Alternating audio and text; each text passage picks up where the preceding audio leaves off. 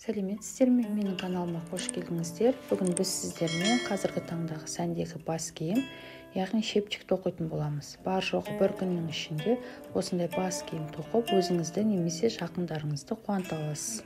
Ол үшін біз бізімізге 78 ілмек іліп аламыз.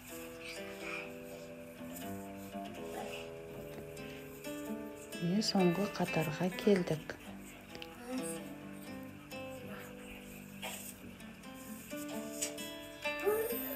Одан соң бірінші ілмекті іліп аламыз да, бүкіл қатарды оң етіп тоқып шығатын боламыз.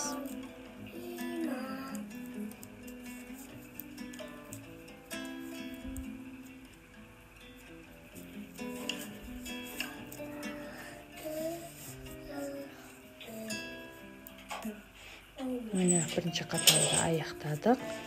Ең соңғы ілмекті теріс етіп тоқимыз. Одан соң бірінші ілмекті іліп аламыз, тағы да оң тоқитын боламыз. Яғни өзімізге қажетті 8 қатарды оң етіп тоқып шығамыз. Әрбір қатардың басын тоқымаймыз, тек қана іліп алып отырамыз. Бұлай жасауымыз бізге жиегі әдемі болып шығу үшін қажет. Ал ең соңғы қатарды теріс етіп тоқып отырамыз. Міне соңғы қатарды аяқтадық. Көріп тұрғандарыңыздай 8 қатарды тоқып шықтық. Яғни 8 қатарды оң етіп тоқыдық. Әрі қарай келесі қатарды теріс етіп тоқимыз. Одан кейінгі қатарды оң етіп тоқимыз. Осылай кезектестіріп қайталай отырып 30 қатар тоқып шығамыз.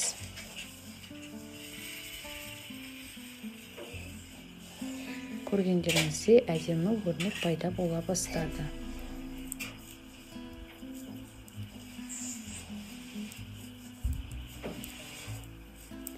Яғни бірінші қатарды оң етіп тоқимыз, келесі қатарды теріс етіп тоқимыз.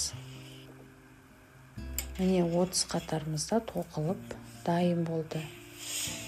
Енді біздегі 78 ілмекті 3-ке бөліп шығамыз.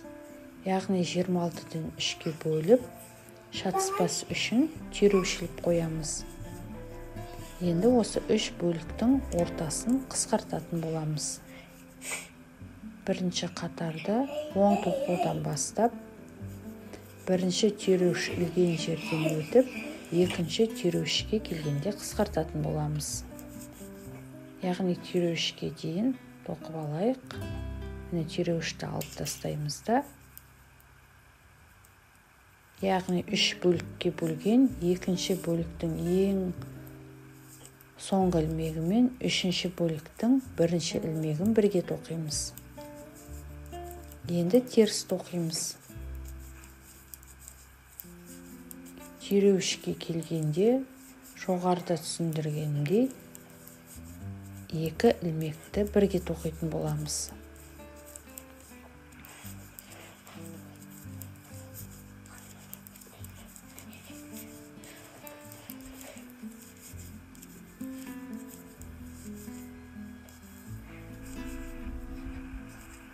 Неке түйреуішке жақындап қалдық, түйреуішті алып тастаймыз.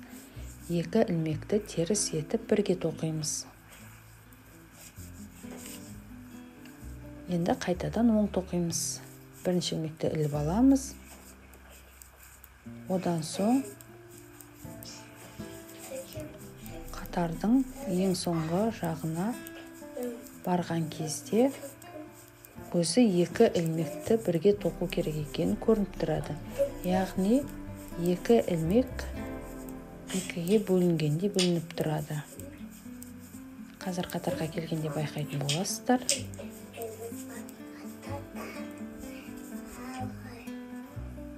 Мінекейіңіз. Көрініпті бірінші ілмек, мынау екінші ілмек. Екеуін бірге тоқып шығамыз.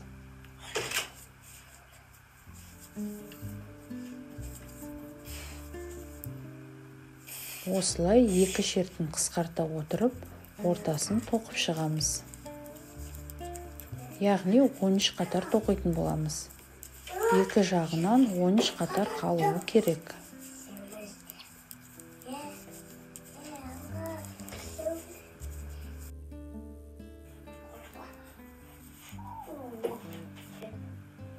Міне көріп тұрғандарыңыздай, бас киімнің формасы шығып дайын бола бастады.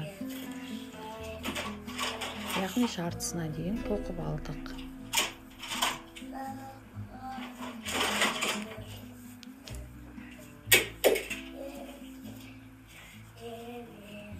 Енді қайтадан қысқартуға кірісеміз. Бұлай қысқартуымыздың себебі бас киімімізге ыңғайлы болу үшін және басымызбен бірдей болып тұру үшін қажет. Оң етіп тоқып шығамыз.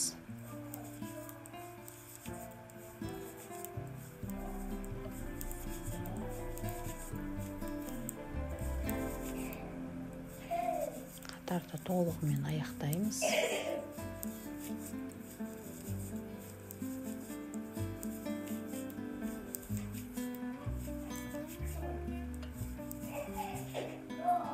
Міне қысқартуға жақындадық.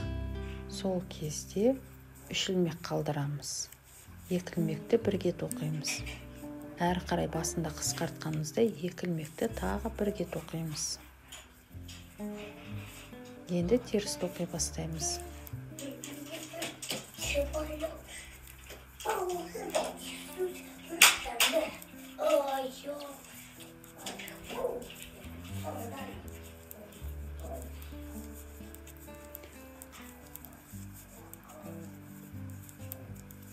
Екінші қатарды теріс етіп тоқып аяқтаймыз. Қатар бітуіне жақындаған кезде 3 ілмек қалдырамыз. 2 ілмекті мінекей біріктіре отырып, теріс етіп тоқып қысқартамыз. Сосын басындағыдай 2 ілмекті бірге тоқимыз. Осылай бір қатар 2 рет қысқартсақ, келесі қатар 2 рет қысқартпаймыз.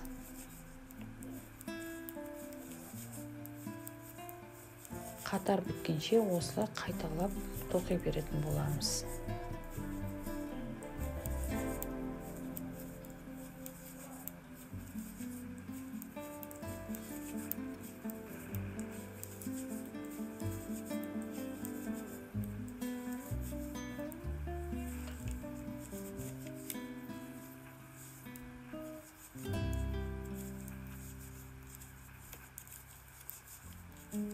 Тағы да бір түсіндіре өтейін.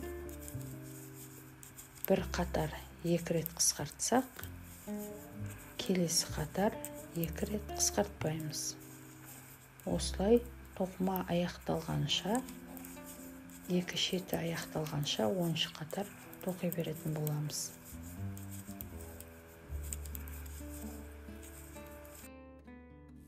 Міне біздің бас киіміміз толықтай дайын болды.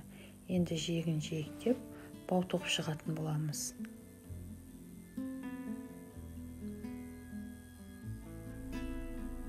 Ол үшін мына 2 шетін бізге іліп аламыз, яғни оң жақ шетін мен сол жақ шетін. Ең алдымен оң жақ шетін ілмектерін іліп аламыз. Бірінші ілмек, екінші ілмек, үшінші, осылай қатардың шетіне дейін толықтай қайталап шығатын боламыз.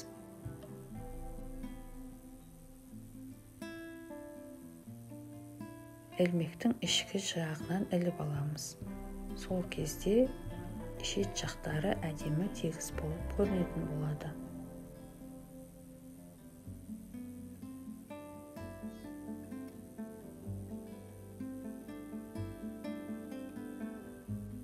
Міне оң жақ шетін аяқтадық. Бізімізді ыңғайлап тартып аламыз.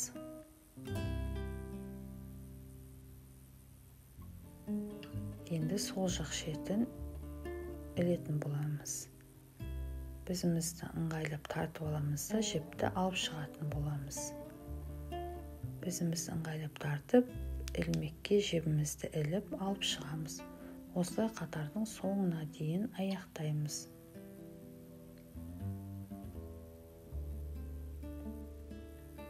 Қатарды аяқтадық. Одан соң бізге бау тоқу үшін 50 ілмек іліп шығамыз бізге.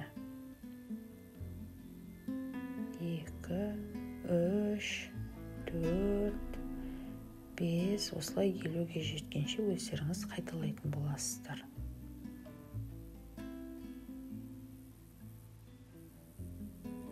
Оң жағына ілдік, сол жағына ілдік. Одан соң оң тоқып шығамыз. Одан кейін теріс тоқып шығамыз. Осылай қайталай беретін боламыз. Яғни 6 қатар тоқып шығатын боламыз.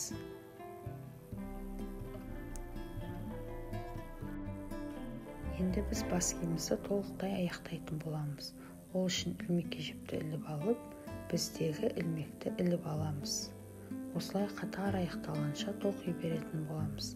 Тағы да бір сіздермен қайталап шығайық. Ілмекке жіпті өткізіп, бізден қайтадан өткізетін боламыз. Ілмектен жіпті алып шығып, бізден қайтадан өткіземіз. Осылай біздің тоқымамыз толықтай аяқталатын болады. Міне көріп тұрғандарыңыздай бірнеше сағаттың ішінде осындай жылы әрі сәнді бас киім дайын болды. Келесі кездескенше сау болыңыздар.